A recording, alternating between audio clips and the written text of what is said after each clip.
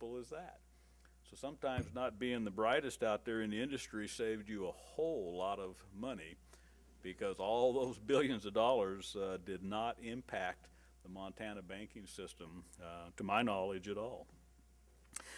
All right, then number 4, you have something called contagion. And that means, if my friend over here just made some money on this investment, why don't I try it?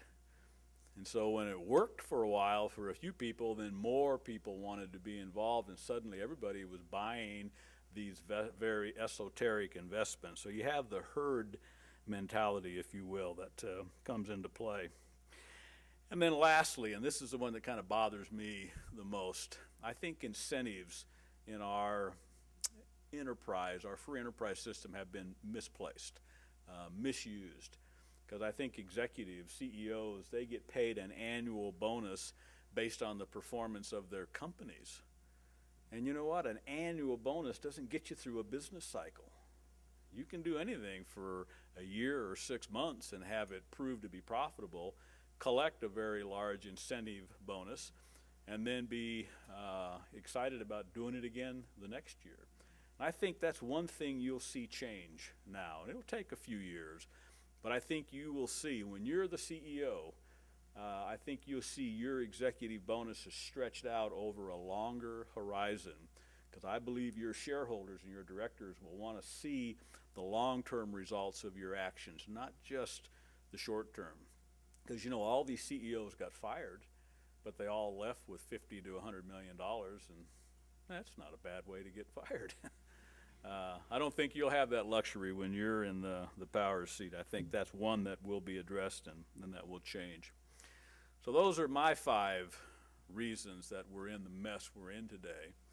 If you dig down into some of it, anytime a lender loans money and they're going to keep the loan on their books, I believe they behave differently than if they're going to lend money and sell the loan to somebody else to collect.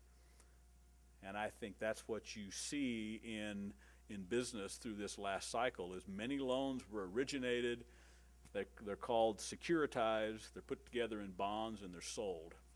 So a lender doesn't have to worry about collecting that loan. He just has to underwrite it to some standards, package it up, sell it on Wall Street to innocent investors who then have to worry about collecting it. So you get a better decision if you got to keep that asset that you originate in the form of a loan. Lastly, and we can't lose sight of something called moral hazard. Do you talk about that in the classrooms? Moral hazard? Anybody know what I'm referring to here? I mean, moral hazard is what we're facing right now as the government bails out AIG, as they bail out investment houses that had problems.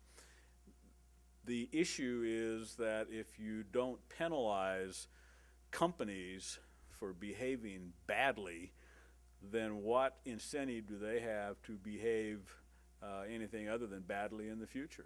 I mean, they'll take excessive risk if there's always going to be the government there to bail them out. So you create this moral hazard. And in our free enterprise system, if you make a mistake and ruin your company, then you ought to be fired and your company ought to go away. That's the penalty for mismanagement.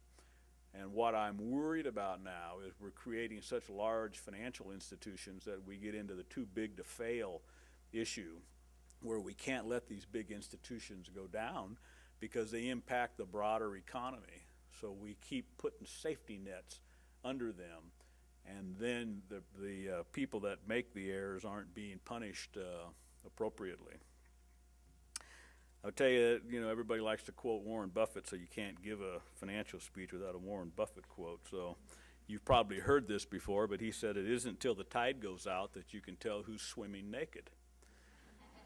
Fact is, the tide is out, and there were a lot of investment houses where they were swimming naked.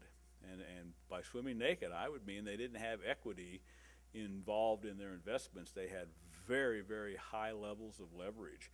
So any little mistake, when you have mountains of debt against your security, any little mistake causes the whole security to turn upside down. And that's precisely what you've seen take place.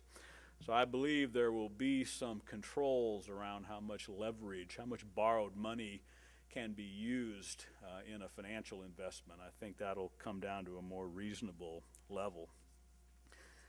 Well, you know, thank goodness we've got a new president.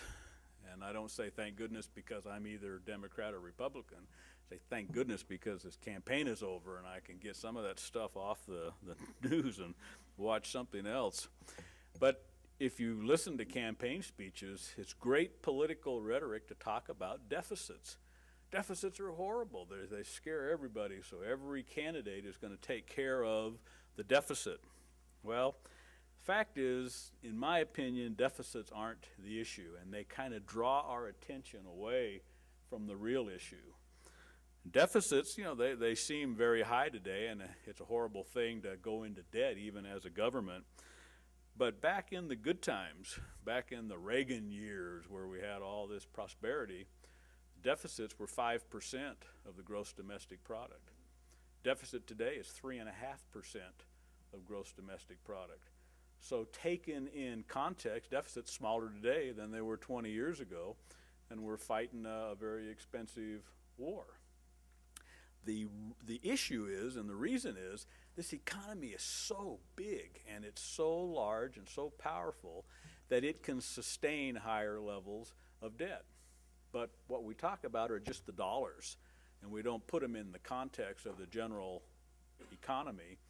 And so they seem like they're much larger than they were 20 years ago, which in pure dollars they are, but in relation to how big our economy is getting, they are not the issue.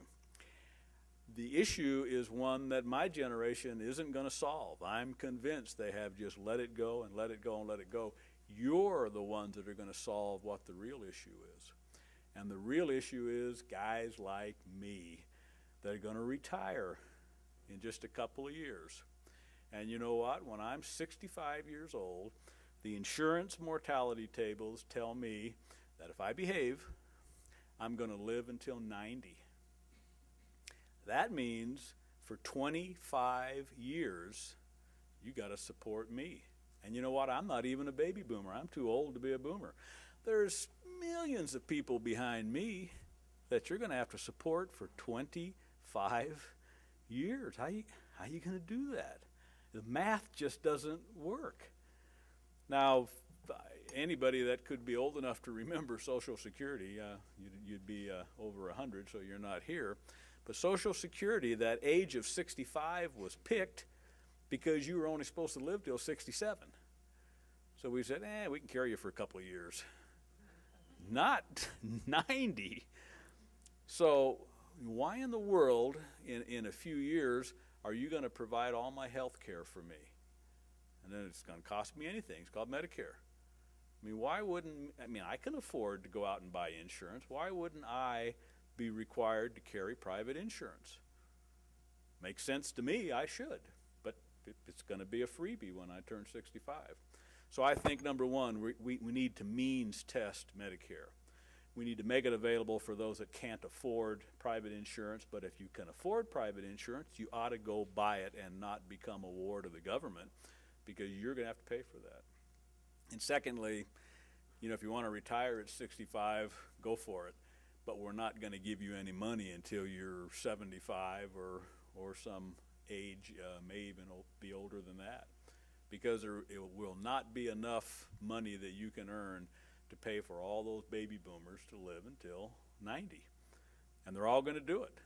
Talked to most of them, and they said, we're not going to smoke, we're not going to drink, we're not going to chase girls or boys at that age, so we're going to live a long time. To me, that's the issue. And you know what? Through this entire campaign, nobody talked about it. So it will not be solved in my generation. It'll be one of you that'll come up with some idea, maybe not exactly what I just shared with you, but something along those lines that'll solve the problem. So kind of put that over in the margin. That's the real issue that we're facing. Now, how bad is this recession that we're in? And I use the word because clearly we're now in a recession. Got there kind of quickly. It was teetering for a long time, but it was only the fourth quarter of last year we had record growth. So while we were talking about recessions, the consumer was spending and the economy was really roaring along, even though if you watch television, you wouldn't have had that sense.